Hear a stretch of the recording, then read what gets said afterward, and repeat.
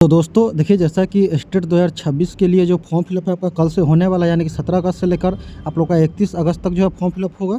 और इस बीच में सबसे इम्पोर्टेंट चीज़ सब है जो कि आपको डॉक्यूमेंट भी अपलोड करना होगा। तो क्या क्या डॉक्यूमेंट आप लोग का लगने वाला है और जो वैलिडिटी को लेकर भी बता देंगे आप लोग को कि जैसा आपका जातीय आवासीय आय हो गया या फिर आपका NCL हो गया, EWS हो गया, ये सब कितने दिन के अंदर का होना चाहिए, ये सारा जानकारी देंगे। और साथ ही में आपके पास अगर प्रोविजनल सर्टिफिकेट नहीं है तो उसके जगह पे आप क्या अपलोड करेंगे, क्योंकि वहाँ पे 2 ऑप्शन आपको देखने को मिलेगा और सारा जो है वहाँ स्टार मार्क रहता है, यानी कि उसमें आपको अपलोड करना कंपलसरी ही होता है। तो अगर प्रोविजनल सर्टिफिकेट नहीं है या फिर सिर्फ ऑनलाइन वाला ही रिजल्ट है आपके पास, तो उस वाले सेक्शन में क्या डालिएगा, ये सारा जानकारी जो है 1 बाय 1 करके देंगे। तो सबसे पहले देख लीजिए, ये आपका 2026 वाला ही आपका है, नोटिफिकेशन का है ये, और इसमें क्या क्या डॉक्यूमेंट बताया गया हुआ है पहले वो एक बार आपको बता देते हैं।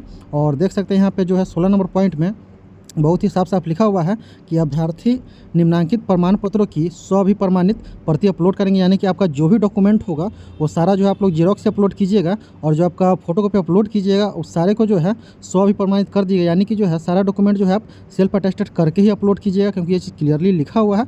और पिछली बार बहुत सारे अभ्यर्थी गलती कर रहे थे कि बिना इसके भी अपलोड कर दिए हुए थे और बाद में परेशान हो रहे थे।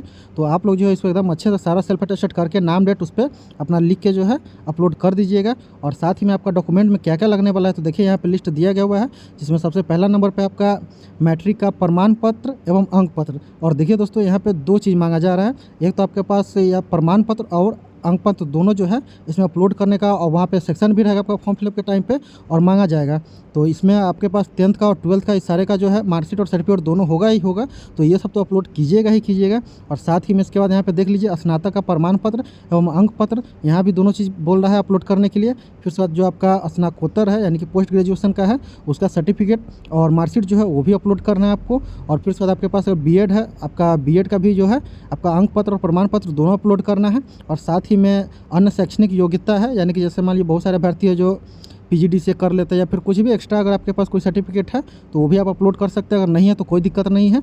और फिर उसके बाद यहाँ पे आगे देखिएगा तो लिखा हुआ है कि सक्षम प्राधिकार द्वारा निर्गत आवासीय प्रमाण पत्र, यानी कि आपका आवासीय जो है वो आपका RO वाला होना चाहिए, जो कि आपका RO वाला बनता है, ज़्यादातर लोग यही बनवाते ही हैं। और फिर उसके बाद यहाँ पे अगला जो है अनुसूचित जाति एवं अनुसूचित जनजाति के उम्मीदवारों के लिए सक्षम प्राधिकार द्वारा निर्गत जाति प्रमाण पत्र। तो जो भी लोग अपना मान लीजिए कि अनुसूचित जाति में आते हैं या फिर अनुसूचित जनजाति में आते हैं, उन सब का भी जो है आपका प्रमाण पत्र होना चाहिए आपके पास, यानी कि आवासीय हो गया, जाति हो गया, आय हो गया, ये सारा चीज़ जो है आपको रेडी कर लेना है। अगर अब तक आपका रेडी नहीं है तो आप लोग अभी देखिए 17 से 31 तक ज़्यादा टाइम तो दिया नहीं है, लेकिन आपका जाति आवासीय सब बनने में ज़्यादा समय नहीं लगता है, 7 से 8 दिन में आप लोग का जो है बन जाता है। तो अगर आपका मान लीजिए कि अगर बहुत पुराना है, यानी कि 2-3 साल पुराना है, अगर 1 साल का अंदर का है तब तो कोई दिक्कत नहीं है, लेकिन अगर 2-3 साल पुराना है तो कोशिश कीजिएगा अपडेट ही करवा लीजिएगा, ज़्यादा बेटर रहेगा। और फिर उसके बाद यहाँ पे देखिएगा तो अगला पॉइंट में है जो अत्यंत पिछड़ा वर्ग या फिर पिछड़ा वर्ग के उम्मीदवारों के लिए सक्षम प्राधिकार द्वारा निर्गत क्रीमी लेयर रहित अद्यतन प्रमाण पत्र। कहने का मतलब है कि आपका जो है NCL है, यहाँ पे वो कहा जा रहा है कि आपके पास NCL भी होना चाहिए। और एक चीज़ आपको और बता दें, NCL हो या फिर आपका EWS हो, ये सारा जो है ये दोनों खासकर जो है आपका 1 साल के अंदर का ही होना चाहिए, क्योंकि इसका वैलिडिटी जो है 1 साल तक ही रहता है। तो कोशिश कीजिएगा आप लोग लेटेस्ट वाला ही देने का, और बहुत ज़्यादा पुराना होगा तो इसमें तो टाइम लगता है, लेकिन कोशिश कीजिए 1 साल के अंदर का ही देने का। और फिर उसके बाद यहाँ पे जो नोट में लिखा हुआ है जो कि थोड़ा इंपॉर्टेंट है, और देख लीजिए यहाँ पे जो खासकर शादीशुदा मतलब महिलाएं हैं उनके लिए है, आरक्षण का दावा करने वाली विवाहित महिलाओं की जाति या अद्यतन क्रीमी लेयर रहित प्रमाण पत्र सामान्य प्रशासन विभाग बिहार सरकार के निर्णय के अनुरूप निर्गत होना चाहिए। तो कहने का मतलब जो विवाहित महिला है उनका भी जो आपका जाति प्रमाण पत्र हो गया, फिर EWS हो गया, फिर NCL हो गया, ये जो भी आपका डॉक्यूमेंट बनेगा तो ये आप लोग जो है बनवा लीजिएगा। और ये आपका जो है पिता के ही एड्रेस से बनना चाहिए, ये भी चीज़ ध्यान रखिएगा आप लोग। इसमें बहुत ज़्यादा कन्फ्यूजन रहता है कि किनके एड्रेस से बनेगा, तो ये आपका पिता के ही एड्रेस से बनेगा, तो इसमें भी ज़्यादा परेशान नहीं होना है।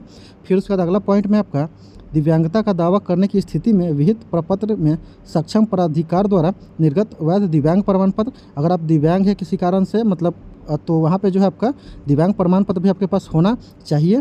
फिर उसके बाद यहाँ पे अगला पॉइंट है भूतपूर्व सैनिक के लिए अधिकतम आयु सीमा में छूट का लाभ लेने के लिए भूतपूर्व सैनिक होने का प्रमाण पत्र। तो ये तो बहुत कम लोग डालते हैं, लेकिन अगर आप के पास है तो ये भी अपना दे दीजिएगा, कोई दिक्कत नहीं है। तो ये सारा जो है इंपॉर्टेंट इसमें रहा डॉक्यूमेंट। तो खासकर आप लोग के पास जो भी डॉक्यूमेंट है मार्कशीट और सर्टिफिकेट वो तो अपलोड कीजिएगा ही, लेकिन बहुत सारे अभ्यर्थियों के पास ऐसा है कि मान लीजिए उनका जो रिजल्ट है वो ऑनलाइन वाला ही है सिर्फ उनके पास, यानी कि हार्ड कॉपी में नहीं है। आपका जो ऑनलाइन वाला जो मतलब रिजल्ट है सिर्फ वही है। तो आप लोगों को परेशान होने की कोई ज़रूरत नहीं, आपके पास सिर्फ अगर रिजल्ट ही है तो आप दोनों सेक्शन में जो है मान लीजिए कि आप जहाँ पे आपका मार्कशीट कहेगा अपलोड करने के लिए वहाँ आप लोग ऑनलाइन वाला ही डाल दीजिएगा, बस उसको सेल्फ अटेस्टेड कर दीजिएगा।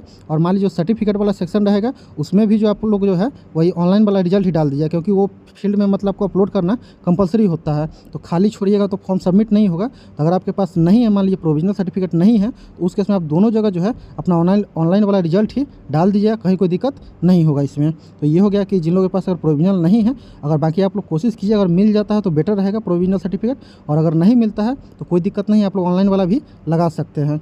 और फिर उसके बाद इसमें जितना था सारा का सारा बता ही दिए हैं, और बाकी इससे जुड़ा के जो भी अपडेट आएगा आप लोग को देंगे ही। और अभी के लिए इस वीडियो में इतना ही। बाकी चैनल में पहली बार आए हैं तो वीडियो को लाइक करके चैनल को भी सब्सक्राइब कीजिएगा, ताकि स्टेट 2026 का सारा अपडेट जो है आप लोग को इस चैनल पे मिलता रहे। और अभी के लिए इस वीडियो में इतना ही। Thank you.